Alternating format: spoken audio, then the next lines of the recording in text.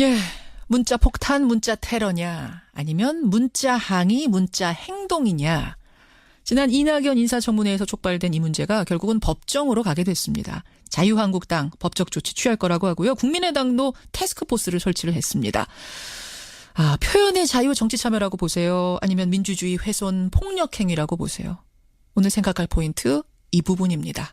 먼저 국민의당 이현주 의원부터 연결을 해보죠. 이현주 의원님 안녕하세요. 네, 안녕하세요. 아니 핸드폰 번호를 정말 바꾸셨네요. 네네. 바꿨습니다. 대체 얼마나 받으셨던 거예요? 저는 한 10,000통쯤 받은 것 같고요. 10,000통? 얼마 동안 네. 10,000통?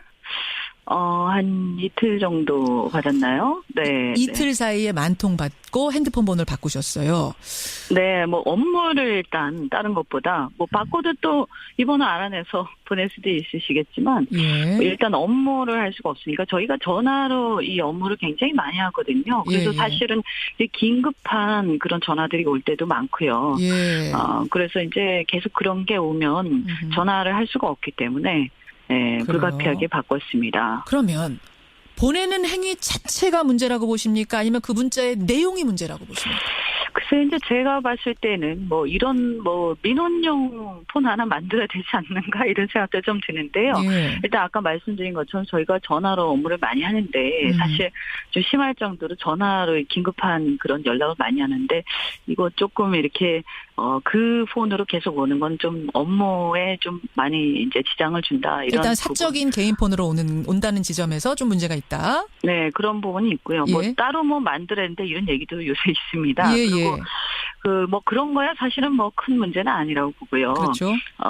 기술적으로 해결하면 되니까. 근데 가장 큰 문제가 저희는 이제 항상 우리가 이제 자유라는 것이 또 있으면 또 그 자유의 한계가 또 있는 거 아닙니까? 예. 그래서 그 자유가 이제 어떤 다른 또 가치 그리고 다른 상대방의 자유와 또 어떤 뭐랄까요 대의민주주의나 또 민주주의의 가치 이런 걸 또 훼손하는 것까지 허용되는 건 아니기 때문에요. 예. 그렇게 본다면 예를 들어서 이제 단순하게 저도 개인적으로 그냥 수수하게 어떤 자신의 의사 같은 걸 준다든지 이렇게 하면 또 가끔 또 시간이 날 때는 답변까지 해드릴 때도 있어요. 예. 근데 그런 게 아니고 이게 예를 들어서 조직적으로 이거 저 사람이 이것을 반대하는데 좀 조직적으로 문자 폭탄을 보내서 좀 괴롭혀서 예. 이거 그거 좀 못하게 압박을 넣자 이런 것은 저는 그것은 굉장히 문제가 있다 이렇게 생각이 들고요.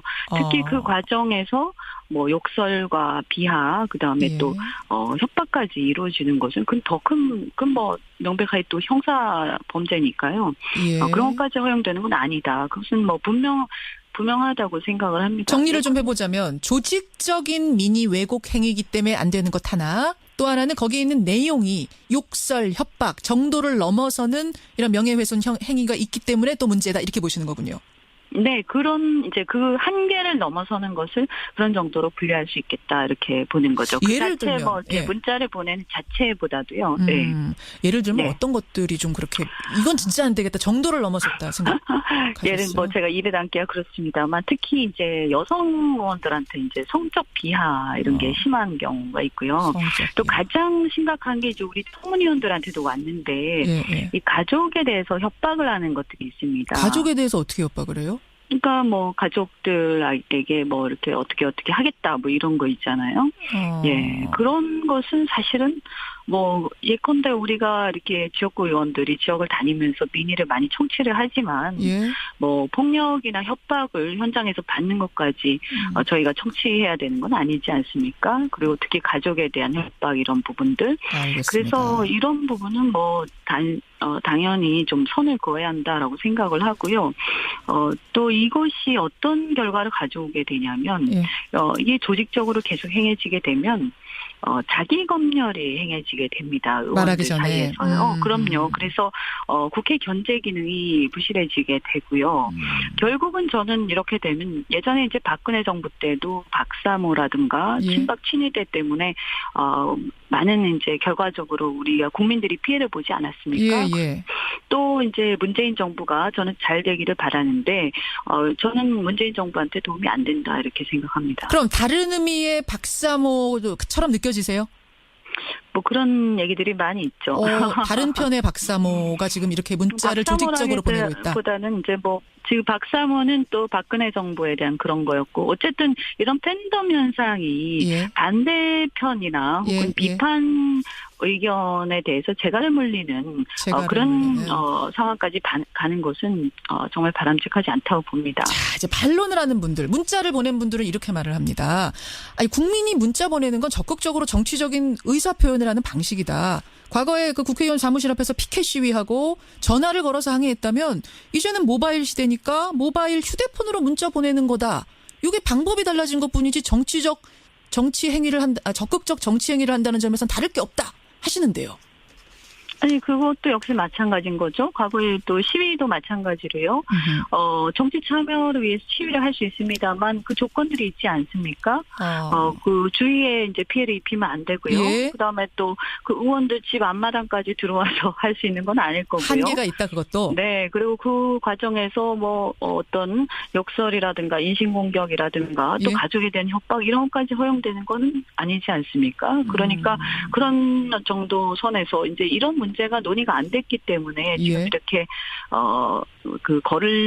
걸러지지 않고 막 행해지지만 저는 이 논의가 좀 진행되면서 많이 이렇게 가닥이 잡혀 나갔으면 좋겠다 이렇게 생각합니다. 또 하나는 이제 바른정당 하태경 의원의 얘기인데 하루에 10,000개도 넘는 문자 폭탄 받을 때 그때가 정치인의 전성기다. 정치인이라면 좀 듣기 싫은 소리도 듣고 비판도 듣고 저거 뭐 욕설이었어라도 새겨서 들을 줄 알아야지 그걸로 뭐 법적 조치까지 가느냐 이렇게 말씀하시더라고요. 글쎄요, 뭐, 법적 조치를 가고 안 가고는 그 사람의 자유라고 저도 생각합니다만, 전체적으로 봤을 때 이제 누구 한 사람의 개인의 문제는 아니다라고 저는 생각하고요. 아까 말씀드린 것처럼 어떤 그 자기 검열이 행해지고 국회 예. 견제 기능이 부실해지는 면, 또 예. 이것이 국회뿐만이 아니라 이것이 이제 확대되면 예를 들면 학계라든가 또 며칠 전에 그런 게 있지 않았습니까? 한겨레 신문인가요? 뭐 그쪽에 어떤 기자님이 또 이렇게 당하신 것도 있고 한데 언론에서도 어떤 언론의 자유가 또 침해되는 그래서 이 한계가 있다는 것은 분명하다고 저는 생각하고요. 뭐 그 외에 이제 건전한 어떤 비판이라든가 예. 또 자유로운 비판에 대해서는 또 이렇게 그것에 대해서 같이 함께 논의할 수 있는 거겠죠. 네. 짧게 하나만 여쭐게요. 김동희님 질문인데 그 10,000통 가운데 도대체 그 문제가 되는 욕설, 협박 이런 정도를 넘은 게 몇 통이나 된다고 보세요? 이런 질문 주셨네요. 뭐 저희가 이렇게 대략 분류를 했는데요. 예.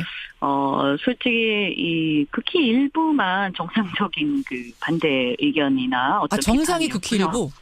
네, 그리고 이제 이 욕설의 정도는 조금씩 다릅니다만, 예.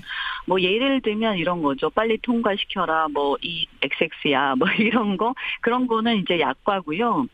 뭐 이렇게 특히 가장 힘든 게 이게 가족에 대한 협박이라든가 이런 거. 그게 한 그럼 90%쯤 됩니까? 전체적으로 문제가 되는 게? 전체적으로 제가 뭐 이렇게 정확하게 해보지는 않았지만 그렇게 다 포괄적으로 따지면 한 8, 90%는 좀 문제가 있었던 것 같습니다. 알겠습니다. 네, 여기까지 네. 말씀 듣죠. 고맙습니다. 네, 고맙습니다. 국민의당 이현주 의원 이거는 엄연한 문자 테러다. 문자 폭탄이 맞다라는 입장. 법적 조치에 나선 입장 먼저 들었습니다. 이번에는 민주당 손혜원 의원을 만나보는데요. 이 손혜원 의원은 이건 문자 폭탄이 아니라 문자 행동으로 부르자 이런 제안을 하신 분이에요. 연결합니다. 손 의원님 안녕하세요. 네, 안녕하세요. 문자 행동이다 이렇게 명명을 하면서 아예 전화번호를 직접 공개를 하셨네요. 공개를 하라고 누가 그러시더라고요. 너도 한번 맞아봐라. 또 한번 아니 손 의원도 대량의 그런 문자 항의 문자 받아보신 적이 있긴 있습니까? 아, 그럼요. 몇 통까지 받아보셨어요, 손 의원님은? 숫자는 세지 않았지만은, 뭐, 잘하면 칭찬 문자 많이 오고요. 잘못하면 늘 질책하는 문자 많이 오죠. 모든 국회의원들이 다 해보지 않았을까요? 예. 근데 이제 앞에서 이현주 의원 말씀은 그거예요. 이게 그 뭐 정상적인 항의 문자라면은 정도를 넘어서지 않는 항의 문자라면은 받고 가끔은 답도 해드리지만 지금은 조직적으로 민의를 왜곡해 보려고 달려들어서 이게 뭔가 하는 조직적인 문자고 그게 하나 문제고 또 하나는 정도를 넘어서는 협박, 욕설, 명예훼손적인 표현이 가득 담긴 문자다. 그렇기 때문에 문제라는 지적을 하시는데 어떻게 보세요? 이게 조직적으로 뭐 누가 짜고서는 이렇게 보내자 해서 그렇게 보낸 것이라고 그분은 생각할까요? 저는 그렇게 생각하지 않습니다. 제가 뭐 마케팅을 오랫동안 했던 사람으로서 예. 대중들이 이제 뭐 칭찬을 하고 또는 뭐 화를 내고 행동을 하고 할 때에 예. 그 어떤 기분이 있습니다. 그 연유가 있죠. 연유. 저 같으면은 뭐 연주뿐만 아니라 좀 여러분들이 그 문자들이 한꺼번에 밀려서 들어올 때 이렇게 항의를 하기도 하고 예, 예. 또 어떤 분들은 또 뭐 당연히 같이 받았지만 또 얘기하지 않고 그것을 감내하는 분도 계시고 그렇죠. 근데 우리 정치하는 사람이라면은 제가 보기엔 그 이유를 생각해야 돼요. 왜 나한테 이 시기에 이렇게 한꺼번에 문자가 몰려올까? 어허. 그거 생각을 해봐야죠. 그러니까 먼저 반성해야 된다 이 말씀이세요. 당연하죠. 이거 하나하나 내용 하나하나가 왜 이래가 아니라 반성부터 해야 된다. 그렇죠. 나한테 이렇게 문자가 몰리는 이유가 뭘까? 예. 이걸 먼저 생각을 해야 됩니다. 그 이유를 생각한다면 그 예. 안에 칭찬도 있고 욕도 있고 뭐 좀 심한 말도 있고 협박도 있고 이렇게 하겠지만은 왜 이 시간에 그 나한테 이렇게 문자가 몰리는가를 생각을 해보고 그 이유에 대해서 본인이 반성을 해봐야죠. 그리고 나서도 그것이 납득이 되지 않고 너무 분하게만 하고 예. 한다 그런 생각을 하고 있다는 것은 예. 제가 보기엔 자기 성찰이 좀 부족한 게 아닌가라는 그렇게 생각을 합니다. 근데 이제 항의의 방법도 여러 가지가 있는데 가족을 굳이 협박하고 골라서 그것은 그런 문자들은 골라서 법적 조치를 하든지 해야죠.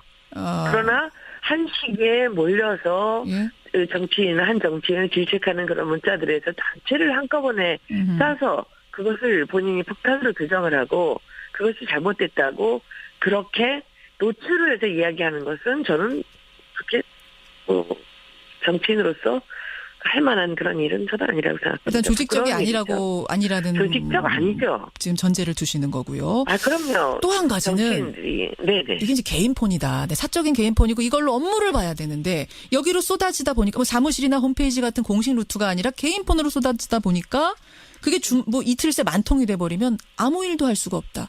국회의원은 대의기관으로서 나를 뽑아준 사람들을 생각해서라도 뭔가 일을 해야 되는데 일을 할 수 없는 지경에 이르른다면 이거 문제 아니냐. 그분은 휴대폰으로 일하나요? 아까 일을 많이 하신다고. 그냥 꺼놓고 다른 일 하시면 되죠. 무시해라. 저는 그런 일 당할 때요. 예. 저도 그런 일 당해봤어요. 예. 저는 그냥 전화 끄고 꺼놓고 그리고 TV 보지 않고 그냥 책 보거나 글 쓰거나 그랬어요. 예. 근데 저는 읽어보셔야죠. 그걸 왜 쳐다보면서 그렇게 본인이 스트레스를 받죠? 아니. 한 시기에 몰리는 그런 좀 질책이 강한 그런 문자들이 있을 때는. 예. 저는 여러 가지로 이해가 안 돼요. 뭐, 어떻게 국민들하고 같이 정치인들이 뭐 민의를 표출하는 방법에 있어서 뭔가 잘못되는 그런 방법도 있고 그 표현에 있어서의 뭔가 문제가 있을 수는 있지만 그걸 뭐 하나하나씩 들여다보면서 뭐 일을 못하겠다라고 얘기하는 건 알겠습니다. 조금 피기가 어린 것 같다는 생각이 듭니다. 시기에 어린 것 같다. 그러니까 일단은 꺼놓고 대충 흐름만 보고 반성할 거면 반성해야지 하나하나 내용까지 보지 말아라. 지금 이런 해법을 주신 거예요. 그리고 뭐 본인이 율사고 그러시니까 거기서 뭐 가족에 대한 협박이라든지 도에 지나치는 거 있으면 그거 그냥 소송하면 돼요. 그럼 법적 조치에 대해서는 손 의원님은 그런 문자의 법적 조치에 대해서는 동의하세요? 제가 말씀을 하나 드릴게요. 저는 어떤 특정 어떤 사이트에서 거짓으로 사실이 아닌 얘기를 갖고 뭐 이상한 얘기를 꾸며내고 해서 입에 이로 담을 수 없는 아마 이현주는 그 정도 문제를 받지 않았을 겁니다. 이거는 뭐 문자는 아니지만 입에 담을 수 없는 그런 내용들을 퍼뜨렸어요. 일베 사이트 말씀하시는 거예요? 네네. 예.